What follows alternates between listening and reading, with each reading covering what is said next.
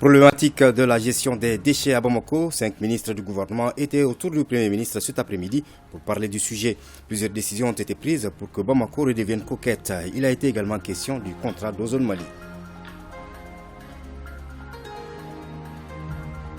Lancement ce mardi des missions du recueil annuel 2022 du Conseil économique, social et culturel. L'activité qui se déroule sur l'ensemble du territoire national vise à recenser les préoccupations et les besoins des populations pour les faire parvenir aux autorités du pays. Le lancement officiel a eu lieu ce mardi à Bougouni. Session de formation sur le reportage dans les zones de guerre. Une vingtaine de journalistes de l'ORTM suivent cette session de renforcement des capacités, fruit d'un partenariat entre la chaîne nationale et la VOA, la Voix de l'Amérique.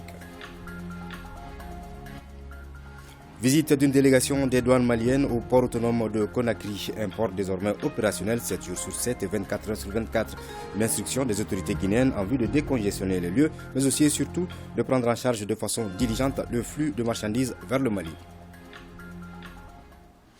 Merci de rester sur ORTM 1. Bonsoir et bienvenue au journal. La problématique de la gestion des déchets à Bamako.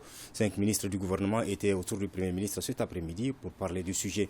Plusieurs décisions ont été prises pour que Bamako redevienne coquette. Il a été également question du contrat d'Ozone Mali. Khadija Toukone. Bamako, avec près de 4 millions d'habitants, est confronté aujourd'hui à un problème de gestion des déchets. Les ordures sont entassées aux alentours des marchés, des habitations ou encore le long des routes. Trouver dans les meilleurs délais des alternatives concrètes pour la gestion des déchets à Bamako, voilà un des plus grands défis des autorités maliennes. Et c'est tout le sens de ce conseil de cabinet restreint tenu à la primature. Il urge donc de faire des propositions concrètes, surtout que la saison des pluies pointe à l'horizon. Nous devrons réfléchir sur les moyens efficaces de mettre en place le modèle financier idoine afin que le financement du traitement des déchets puisse être refinancé par les populations depuis les poubelles jusqu'au niveau de la décharge finale. Nous devrons prendre les dispositions afin que plus jamais les dépôts de transit qui constituent effectivement un goulot d'étranglement pour Bamako et environ, pour que cela ne soit plus. Et nous devrons faire en sorte aussi que les dispositions pertinentes soient prises afin que la décharge finale de Noumbourg soit réhabilitée très rapidement par les moyens de l'État en remplacement effectivement des institutions financières qui voulaient le faire.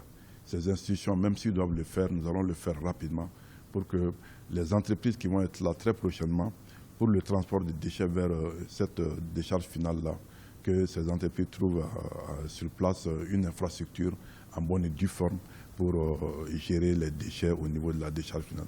Lors de cette rencontre, il a été aussi question du contrat de la société Ozone Mali. Cette société marocaine qui, depuis 2014, se charge de l'évacuation des déchets à Bamako. Depuis que ce contrat a commencé, quand même, le contrat est réalisé à minima, même si nous reconnaissons qu'une partie effectivement de ce contrat devrait être réglée par l'État et la mairie. On n'a pas respecté effectivement, nous, État malien, certains de nos engagements. Nous pensons que globalement, Ozone n'a pas respecté effectivement tout ce qu'elle devrait faire dans le cadre de ce contrat. Si nous prenons en charge les caniveaux que Ozone devrait réaliser, ça ne se fait pas. Si nous prenons en charge effectivement le transport des déchets des familles au niveau des dépôts de transit, ça ne se fait pas. Et si nous prenons en charge effectivement le balayage des rues, ça se fait à minima, c'est au niveau de certains quartiers de Bamako et ça se fait à des moments où la circulation est pleine. Donc nous pensons que ce n'est pas comme ça qu'il faille travailler. Et très rapidement, des dispositions vont être prises pour lancer un appel d'offres pour le recrutement d'un nouvel opérateur en joint venture avec des entreprises maliennes pour faire ce travail-là à la fin du contrat de Ozone. La mauvaise gestion des déchets est un problème sanitaire et social, selon le ministre Koné, qui souhaite l'implication de tous pour l'assainissement de Bamako. Les irrégularités sur l'attribution de la deuxième tranche des 12 556 logements sociaux de Bamako ont suscité beaucoup de réactions. Après l'annulation de la décision, les Maliens attendent des autorités plus de clarification. C'est dans ce cadre que la Commission des travaux publics, des domaines de l'habitat et des transports du CNT a convié cet après-midi le ministre en charge de l'habitat à une séance d'écoute. Brahima Kamina s'est soumis à toutes les questions des membres de la Commission. Au sortir de la rencontre de 3 heures d'horloge, le président de la Commission se dit très satisfait des dispositions prises. Modibo Keita est au micro d'Idrissa Kone. Le ministre a expliquer vraiment tout le contour de ce dossier Et les honorables ont eu aussi à poser des questions pertinentes. Le ministre a apporté des réponses aussi vraiment très détaillées et nous sommes très satisfaits de ces réponses. Et ça a permis quand même d'aplanir beaucoup de préjugés et je pense que ces genres de rencontres permettent de clarifier, permettent de mettre, disons, au clair le contour de ce qui s'est passé. Donc on a été satisfait vraiment des explications du ministre. Et quel message aux Maliens? Bon, aux Maliens, ça veut dire qu'il faut avoir confiance aux autorités. Il faut avoir confiance. Déjà, des mesures sont prises pour vraiment que les choses se passent vraiment dans les règles de l'art. Les imperfections qui ont entaché cette première attribution seront corrigées au dire du ministre et toutes les dispositions sont prises dans ce sens.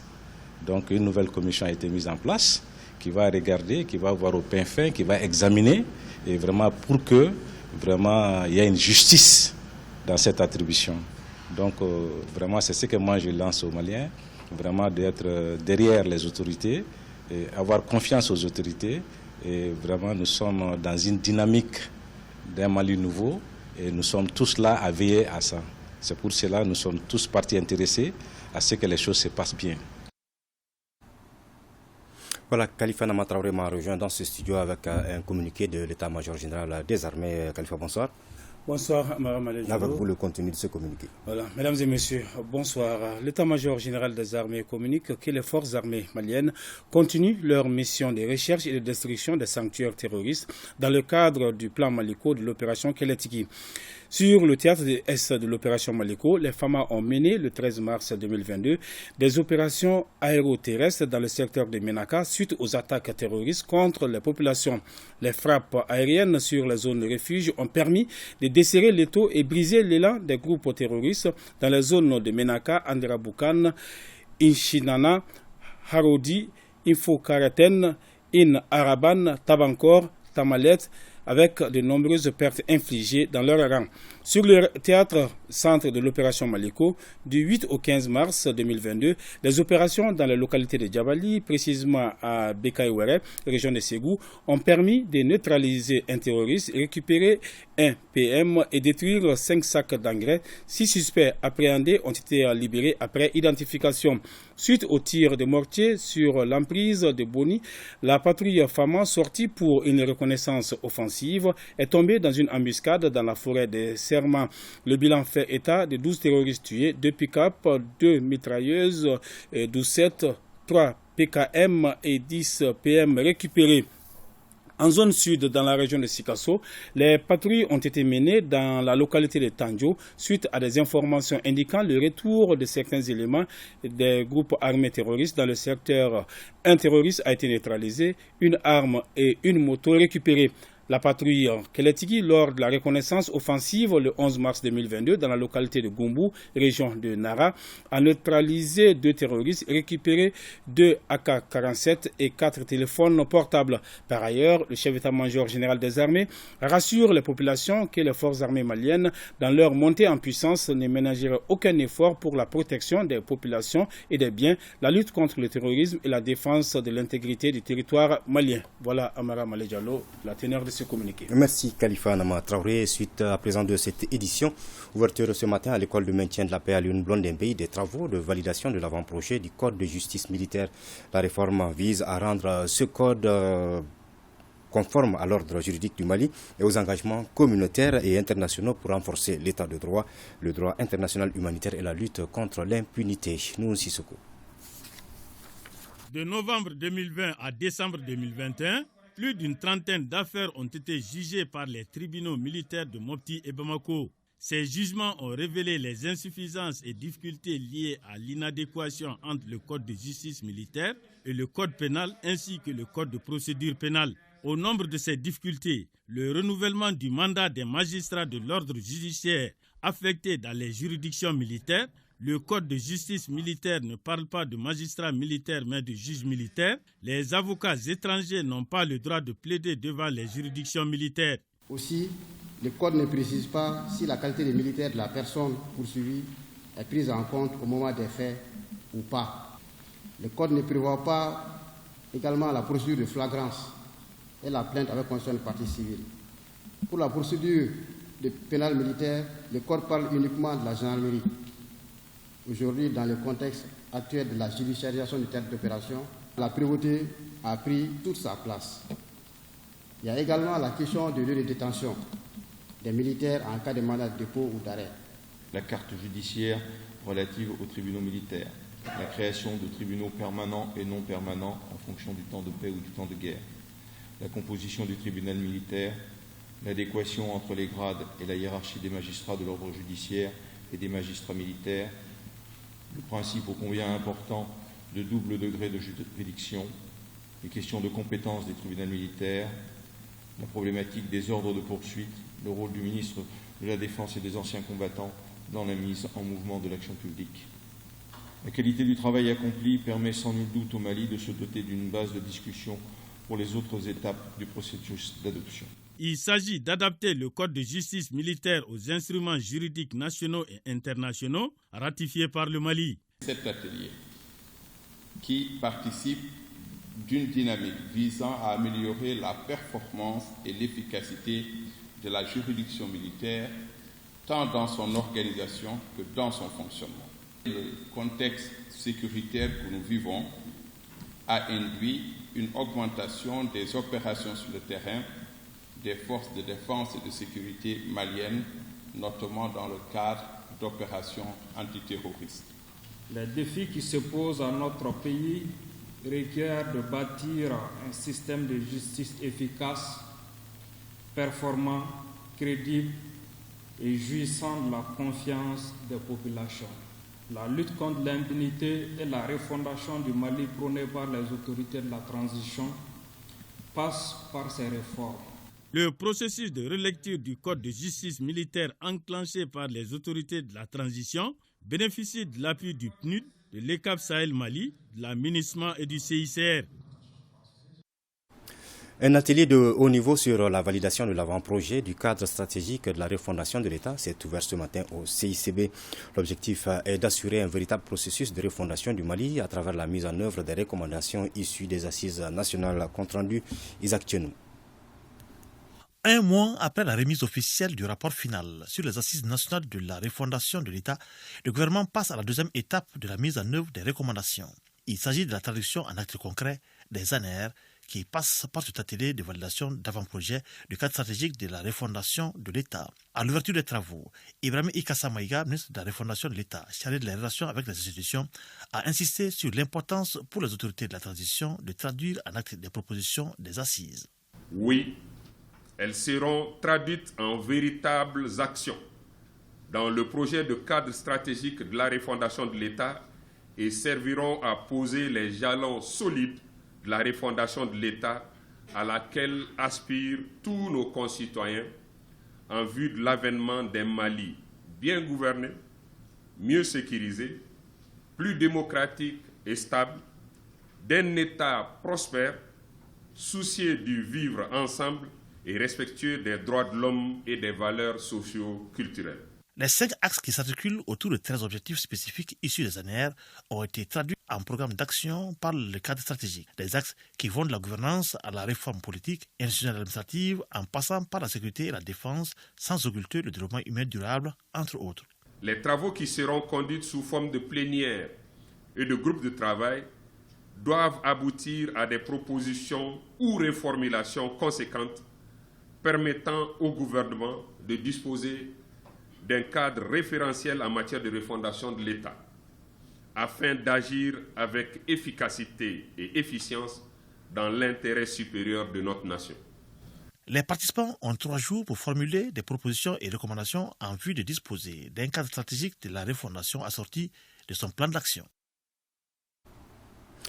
Lancement ce mardi des sessions du recueil annuel 2022 du Conseil économique, social et culturel.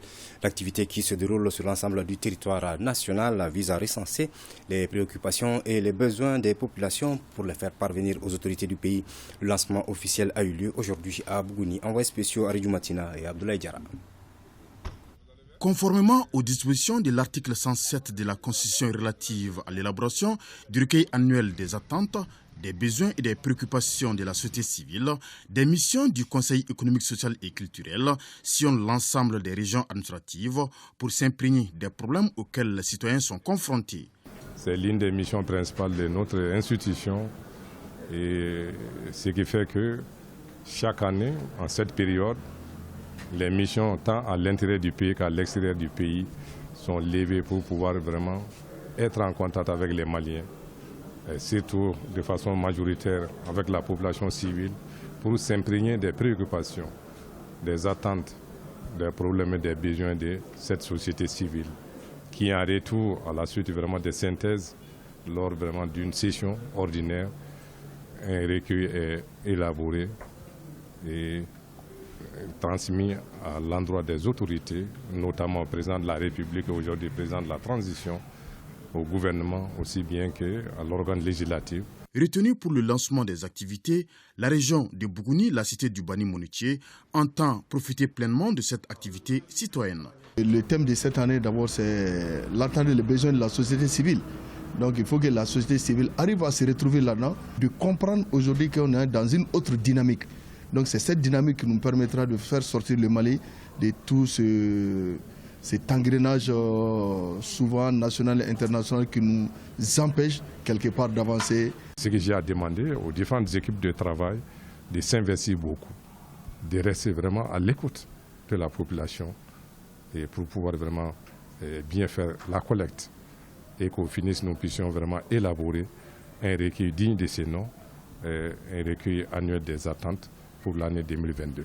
Le processus d'élaboration du recueil annuel 2022 se tient dans un contexte particulier. Un diagnostic approfondi des problèmes de développement socio-économique sera fait dans toutes les localités. Concernant la finalisation du recueil, elle est prévue lors de la session ordinaire de l'institution en juin prochain. Nous restons dans cette région avec cette mission de supervision de l'Agence nationale de la sécurité routière qui vient donc de sillonner l'axe Bamako-Bougouni, Bougouni-Sikasso et Bougouni-Yanfolila, conduite par la directrice générale de l'ANASER. Cette mission auprès des équipes déployées sur le terrain avait pour but de s'assurer du bon déroulement de l'opération de sensibilisation des usagers à l'occasion de la 9e édition du Festival international d'Idadi. Fousseni Tunkara, Djelimagan Diabaté, reportage. La directrice générale de l'ANASER sur l'axe Bamako-Bougouni. Quand on est sur les grands axes, notamment les routes nationales, on est obligé de porter la ceinture quand on est en voiture. Donc le casque c'est pour les automobilistes, mais c'est obligatoire aussi. D'accord? Donc vous allez faire réparer vos ceintures et puis vous allez les porter désormais. Ces messages de sensibilisation s'inscrivent dans le cadre d'une mission de supervision des contrôles routiers. L'ANASER se fait toujours accompagner par les autorités chargées de la sécurité et de la circulation routière, donc notamment la police en agglomération et la gendarmerie sur les axes routiers. Donc eux, évidemment, ils vont verbaliser, constater les infractions et les verbaliser. Et nous venons derrière pour sensibiliser les usagers de la route en général, pour que justement ils optent des bons comportements et surtout qu'ils se mettent en règle par rapport à la loi. Cette mission de supervision sur l'axe Bamako-Bougouni, Bougouni-Sikasso et Bougouni-Yanfolila a été initiée dans le cadre du Festival international d'Idadi. Chaque année, nous accompagnons le festival, comme beaucoup d'autres festivals, en tout cas quand l'ANASER est sollicité, pour justement en tout cas sensibiliser les festivaliers pour qu'ils puissent circuler en toute sécurité et surtout leur rappeler les règles élémentaires de la conduite et du code de la route. Au-delà des messages sur le terrain, la directrice générale de l'ANASER a bénéficié d'un temps de parole sur le site du festival. Elle a prodigué des conseils et a remis symboliquement un casque au gouverneur de région en guise de sensibilisation. Prudence donc sur nos routes. Ce soir, nous vous présentons dans le cadre de la semaine des marques 3 entreprises, toutes différentes par leurs produits. Elles sont nominées dans la catégorie meilleure marque de service. Il s'agit de Sama Money, Imafer et Explique. Salimata Daou. Opérant dans le secteur du transfert d'argent et du paiement mobile, Sama Money a mis au point un système innovant et accessible qui propose une solution multicanal utilisable avec ou sans connexion Internet. Sama Money trouve que la semaine des marques est une opportunité de visibilité. Il est indiscutable que les marques portent toujours les couleurs de leur pays d'origine. Donc mettre en relief les marques maliennes, c'est avant tout mettre en avant le savoir-faire malien, le génie malien et surtout soutenir ces marques permet aussi d'exporter ce savoir-faire et ce génie malien au-delà des frontières maliennes.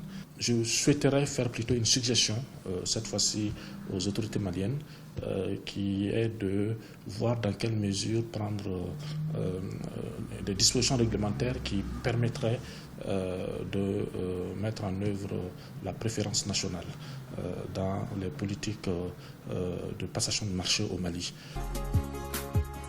L'industrie malienne de fer, IMAFER, est une unité de production de fer à béton au Mali. Avec un investissement de 8 milliards de francs CFA, elle a créé des centaines d'emplois directs et indirects et œuvre beaucoup dans le social. Je pense que c'est une très bonne initiative. Ça donne beaucoup de visibilité aux entreprises maliennes. Ça permet aux gens d'être mieux informés sur ce qui en est réellement. Les gens vont mieux connaître notre entreprise, les entreprises en général au Mali. Je pense que nous avons une idée générale qui est que nous produisons malien, nous devons consommer malien. Nous attendons que les gens puissent savoir que IMAFER produit une qualité internationale destinée aux Maliens à un prix concurrentiel. La troisième entreprise est une structure éducative. Il s'agit de l'Institut des sciences politiques, relations internationales et communication ISPLIC.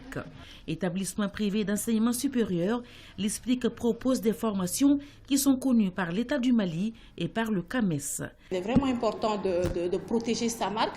Donc c'est pourquoi nous allons saisir cette opportunité pour remercier vraiment le CEMAPI, Madame Bokoum et toute son équipe. Nous saluons vraiment cette belle initiative qui a permis quand même de donner de la visibilité à toutes ces entreprises, de fédérer toutes ces marques qui compétissent aujourd'hui. À l'issue de cette semaine, nous espérons vraiment renforcer nos liens avec nos partenaires. Sama Monet, IMAFER et ISPLIC sont nominés dans la catégorie meilleure qualité de service dans le cadre de la semaine des marques en cours au CICB. Une vingtaine de journalistes de l'ORTM a suivi une session de formation sur le reportage dans les zones de guerre. Ce renforcement de capacité est le fruit d'un partenariat entre la chaîne nationale et la Voix de l'Amérique, compte rendu Abdoulaye Sako. Le moral de la troupe est au beau fixe. Exercer le métier de journaliste dans les zones de conflit demande un savoir-faire, car un mot mal placé ou une interview diffusée sur les antennes peuvent être parfois l'étincelle qui met le feu aux poudres, surtout dans un pays en crise. Toutes choses qui peuvent mettre en danger la vie du reporter sur le terrain. C'est pour éviter de telles situations que l'ORTM, en partenariat avec la Voix d'Amérique, forme ses agents sur la question. Nous, à l'ORTM, depuis un certain moment, on a mis un accent particulier sur le renforcement des capacités des agents de l'ORTM en général, mais aussi des journalistes en particulier. Couvrir un événement pour un journaliste dans les zones de conflit n'est pas facile. Vous le savez très bien. Et ça nécessite une certaine connaissance du milieu, du terrain, comment faire pour cadrer, comment faire pour faire un bon reportage. C'est vraiment une expérience unique. Et aujourd'hui, nous avons l'occasion de bénéficier de l'expérience de certains formateurs pour nous permettre, aujourd'hui, vu la situation de notre pays, vous savez, il n'y a pas très longtemps, on a envoyé des journalistes quand même sur le terrain, en région de Sikasso, en région de Ségou, en région de Mopti, pour accompagner nos femmes, voir ce qu'ils font sur le terrain. Et je crois que si aujourd'hui on avait eu cette formation avant, je crois que ça allait enrichir davantage le travail qui a été fait en amont, mais ce n'est que partie remise.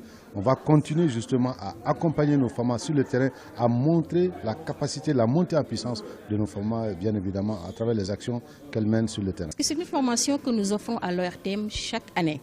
Bon, c'est vrai que la situation sanitaire avait fait que nous n'avons pas pu donc honorer nos engagements lors de ces deux dernières années, en 2019 et en 2020.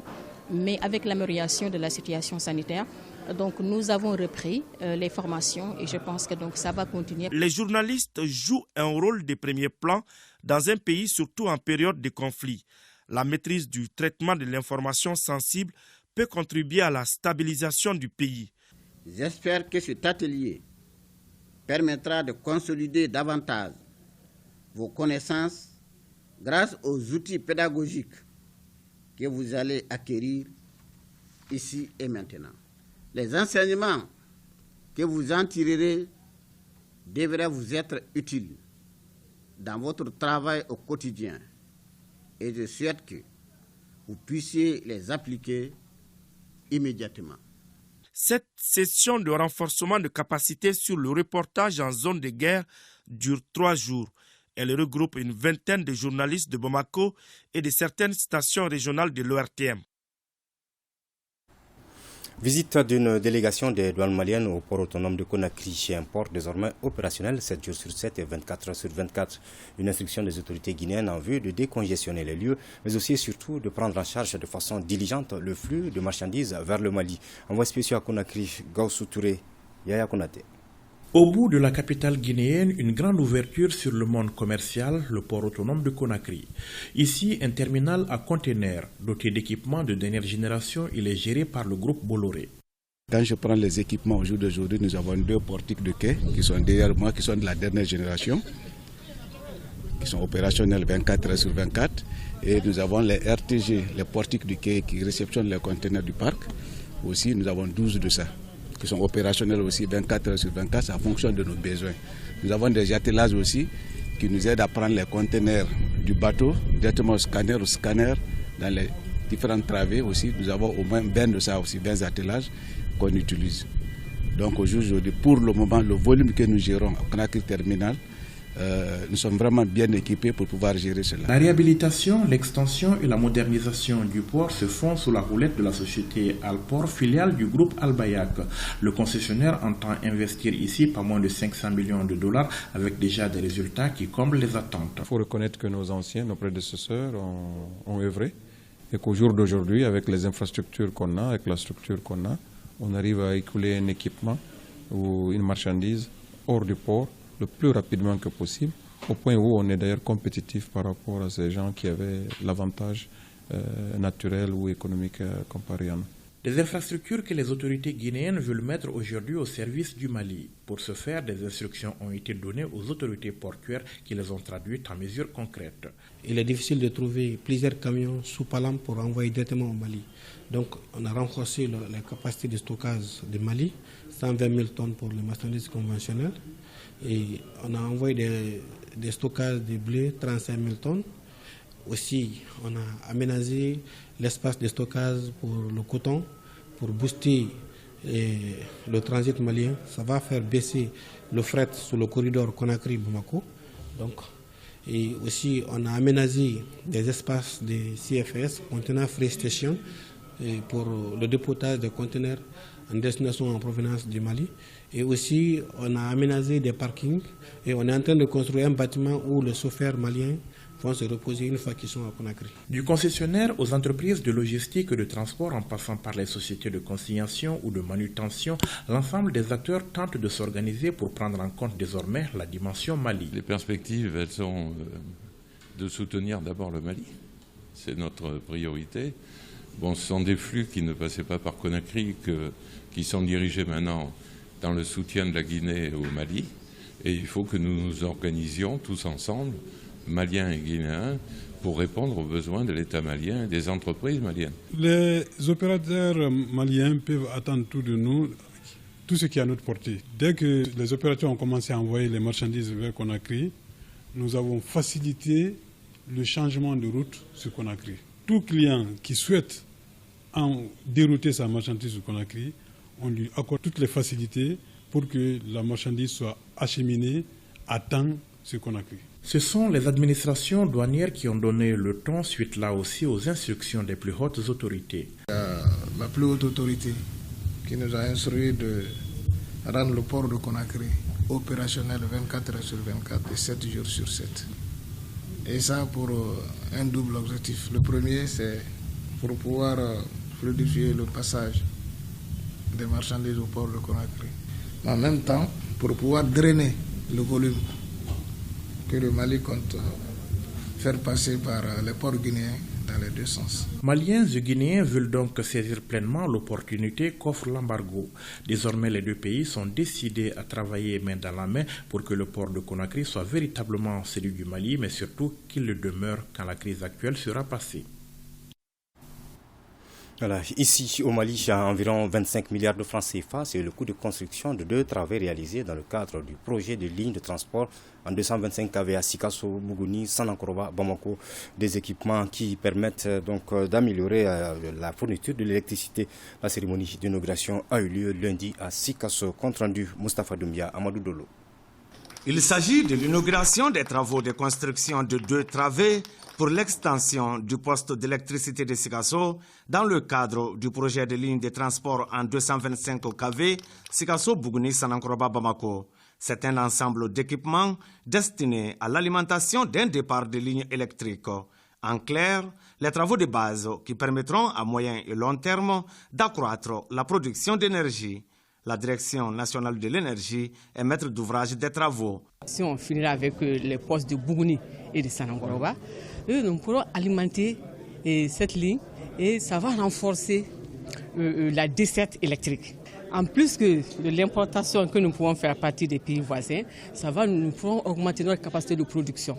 La construction des 2 travées a coûté environ 25 milliards de francs CFA, financés par Exim Banque de l'Inde et la Banque d'investissement et de développement de la CEDEAO. Les travaux ont été exécutés en 24 mois par l'entreprise indienne Tata, signe que la coopération entre l'Inde et le Mali se porte bien, selon l'ambassadeur de l'Inde. India and Mali share excellent relationship. À travers ce projet que nous avons l'interconnexion de Sikasso à Bougouni qui fait 400 km et ensuite des postes associés, d'où le poste de Sikasso et le poste d'extension de Sikasso. Nous avons 2 autres nouveaux postes à construction à Bougouni et à Sanankoroba et un autre poste d'extension qui est le poste de Kodjalani. Donc cela reflète exactement l'excellente collaboration entre les 2 pays. La société EDM SA est bénéficiaire des travaux inaugurés en présence de plusieurs personnalités, dont le gouverneur de la région de Sikasso et un conseiller technique du ministère de l'énergie et de l'eau. L'office riz Ségou enregistre au cours de la campagne agricole une production de plus de 155 000 tonnes, toutes céréales confondues. Ces chiffres ressortent de la 10e session du comité de suivi du contrat plan 2021-2023, État Office riz Ségou producteur. Kandesila. Cette session du comité de suivi du contrat plan État Office riz Ségou et producteur vise à évaluer la première année de ce contrat plan 2021-2023 qui fixe les engagements entre ces 3 parties. À terme, le contrat-plan ambitionne une production de plus de 581 000 tonnes, toutes céréales confondues. En termes de production, ce que je peux vous dire, nous on avait prévu de planifier à peu près 110 000 tonnes. Et ces 110 000 tonnes, nous avons eu 92 000 tonnes. Ceci est dû surtout à l'hivernage. Parce que l'hivernage s'est passé avec beaucoup de poches de sécheresse. La crue n'a pas été au rendez-vous et les céréales sèches n'ont pas du tout donné. Du côté de l'État, malgré le contexte du moment, des efforts ont été également consentis. Sur une prévision budgétaire de 2 milliards 275 363 155 francs CFA, les dotations ont été de 1 milliard 430 737 297 francs CFA, sur lesquels 1 milliard 390 96 448 francs CFA ont été mobilisés. Des résolutions et recommandations issues de cette session vont permettre de mieux orienter l'Office riz Ségou pour l'atteinte des objectifs de ce contrat-plan qui demeure l'atteinte de la sécurité alimentaire et la lutte contre la pauvreté dans la zone Office. 48e session ordinaire du conseil d'administration du CHU Sénos, le Centre national d'odontostomatologie. Au programme, le bilan des activités, le niveau d'exécution financière du budget 2021 et l'évaluation des estimations budgétaires de l'année 2022. Valentin Roger Diallo. Le CHU Sénos, Centre national d'odontostomatologie, subit également les sanctions de la CEDEAO, d'où la difficile mobilisation des ressources financières indispensables à l'exécution des activités prévues. Nonobstant ces contraintes, il ressort de ce 48e session ordinaire de son conseil d'administration que le centre a réalisé 96% et 95% de ses prévisions d'actes médicaux et de ses prévisions de recettes propres adoptées lors du dernier conseil d'administration. Aussi, la structure envisage une amélioration de ses performances au cours de cette année sous la houlette de son nouveau directeur directeur général en la personne du professeur Boubacar Ba. L'amélioration du niveau de performance actuel relative à l'offre et à la qualité des soins fournis par les CHU Senos peut être obtenue à travers une orientation efficiente de sa gestion et son management dont vous avez la charge. En conséquence, je vous invite tous, conformément à vos attributions d'administrateur, d'examiner avec la plus grande attention l'ensemble des documents soumis à votre appréciation au cours de la présente session. Des critiques et des recommandations sont attendues à la fin des travaux afin de permettre au centre d'atteindre ses objectifs. L'association malienne de lutte contre le glaucome vient d'organiser une conférence à débat sur le thème prévention du glaucome. On vous dit tout. Il s'agit pour les initiateurs de sensibiliser les populations sur les méfaits de la maladie. L'activité s'inscrit dans le cadre de la semaine nationale dédiée au glaucome. Anchata Koulibaly. Le glaucome est une cécité. Selon une étude menée, près de 5% des Bamakois sont atteints de la maladie. Les types de glaucome et leur mode de manifestation, les concepts sont développés par le conférencier. Le glaucome est une maladie du nerf optique. Le mode de transmission du glaucome n'est pas connu avec exactitude. Majoritairement, le glaucome serait d'origine héréditaire. Mais il y a d'autres facteurs qui peuvent aboutir au développement du glaucome. Il existe beaucoup de traitements. Le plus connu, c'est le traitement médical. Il y a d'autres types de traitements qu'on peut proposer. Ces deux traitements, le laser et la chirurgie, ne sont efficaces que pendant quelques années. Dans plus de 70% des cas, on est souvent amené à remettre le malade sous traitement médical. Je profite de cette semaine pour insister sur un point, le dépistage. C'est-à-dire pour demander à toute personne, en tout cas âgée déjà de 20 ans et plus, de pouvoir faire une consultation ophtalmologique, au moins une fois par an. Face à cette menace, les initiateurs tirent la sonnette d'alarme au cours de cette conférence débat. Le glaucome aujourd'hui est devenu un problème de santé publique. Et nous sommes en train de faire le plaidoyer depuis un certain temps. Et malgré tout ce qui se passe, nous voyons que jusqu'à présent, le glaucome n'est pas assez pris en compte.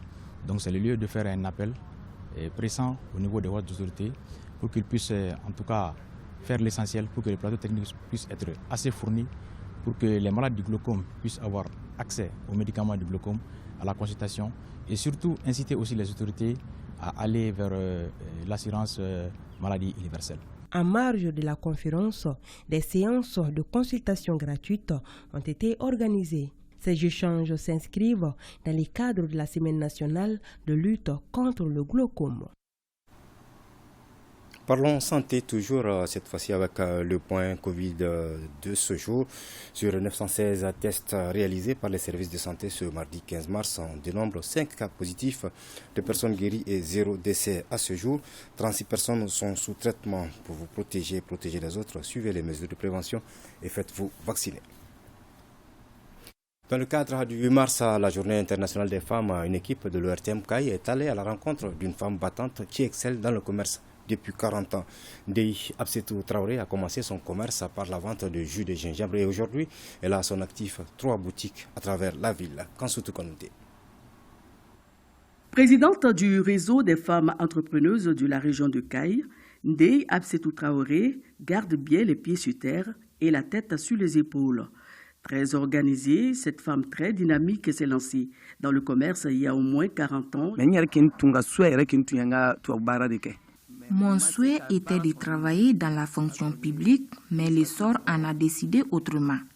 C'est dans les années 80, lorsque la Somiex a été fermée, quelque temps après, ils ont procédé à une grande liquidation des marchandises. J'en ai profité pour acheter des pièces de basin, puisque j'avais aussi appris à faire la teinture. Il y avait des frigos qu'on liquidait, j'en ai acheté. Je fais la teinture et je vends le jus de gingembre également. Après avoir consacré plusieurs années dans la teinture, la transformation des produits agroalimentaires, Ndei Absetou Traoré a mis la barre plus haut en se jetant d'abord dans le commerce de l'encens, Made in Caille, avant de se lancer dans le commerce à travers l'Afrique, l'Europe, la Chine et l'Arabie Saoudite. C'est ainsi que je suis allée à Lomé au Togo, à Cotonou au Bénin, au Nigeria, à Dakar, au Sénégal, en Mauritanie et à Dubaï, tout en continuant à vendre mon jus de gingembre. car c'est à travers cette vente de jus que tout le monde m'a connu ici. Je ravitaillais toutes les boulangeries en glace, je m'asseyais devant l'ancienne salle de cinéma jusqu'à 2h ou 3h du matin. Je pouvais gagner plus de 200 000 par jour. C'était au temps du franc malien. J'ai installé aussi des baby-foot par endroit. Aujourd'hui, on peut le dire sans se tromper que ce monument régional est sorti de l'ombre à la lumière. Elle a à son actif 3 boutiques. Ici, c'est la deuxième boutique. On y trouve un peu de tout. En plus de gérer ces multiples boutiques, cette brave dame participe beaucoup au développement de sa commune, des commerçants, des collaborateurs, des voisins. Et ses enfants reconnaissent le dur labeur de cette grande dame. En tant que femme battante, moi je veux que Ndeye prenne une place de décision dans la région de Caille. Ndeye peut être députée, pourquoi même pas sénatrice. Je l'ai connue à travers ses actions de patriotisme. La Fiabougou, il n'y a pas de caniveau. Au moment de l'hivernage, le passage devient extrêmement difficile. Elle-même, elle a mis sa main dans la poche pour payer des camions de gravier et pour combler les trous qui se trouvent pour que les gens puissent passer librement. Ndeye, c'est une femme battante, une femme déterminée, une femme pleine d'expérience. En un mot, c'est une femme forte.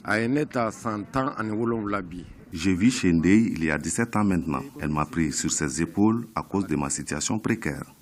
Je vis chez elle avec mon épouse, Dieu la bénisse. J'ai beaucoup travaillé avec Ndeye. Sur le plan politique, elle nous conseille de suivre des politiciens qui ont l'amour de leur région et prêts à participer à leur développement. Elle est à saluer puisqu'elle a pu réunir toutes les femmes opératrices économiques de la région. Les nattes sur lesquelles nous prions dans la première mosquée de la Fiabougou Sud ont été offertes par cette brave dame au grand cœur. Elle se bat à la sueur de son front pour gagner sa vie. Elle a un comportement exemplaire. Nous lui faisons des bénédictions. Ma maman nous a bien éduqués, surtout en nous apprenant à être véridiques et honnêtes. J'avais décidé d'aller à l'aventure. Elle m'en a dissuadé sur le champ, en me disant qu'on peut réussir en restant dans son pays. Aujourd'hui, Dieu merci, je travaille à Caille et je m'en sors très bien. Je l'ai connu depuis le bas âge et je l'ai connu toujours en train de chercher à vivre de sa sueur. Ce qu'on peut demander aux jeunes, c'est de travailler. Travailler pour réussir. Des difficultés, elle en a rencontré au cours de son parcours très inspirant, mais cela l'a plutôt requinqué, car selon elle, on ne peut atteindre ses objectifs sans être buté à des contraintes. J'ai jamais aimé la politique parce que tout ce qu'on promet n'est pas tenu.